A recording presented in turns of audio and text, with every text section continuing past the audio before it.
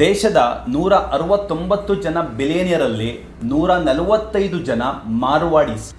ಪ್ರಪಂಚದ ಅತ್ಯಂತ ದೊಡ್ಡ ಶ್ರೀಮಂತರ ಪಟ್ಟಿಯಲ್ಲಿ 3 ಜನ ಮಾರ್ವಾಡೀಸ್ ಇದ್ದಾರೆ. ನಮ್ಮ ದೇಶದ ಅತ್ಯಂತ ದೊಡ್ಡ ಶ್ರೀಮಂತರ ಪಟ್ಟಿಯಲ್ಲಿ 6 ಜನ ಮಾರ್ವಾಡೀಸ್ ಇದ್ದಾರೆ.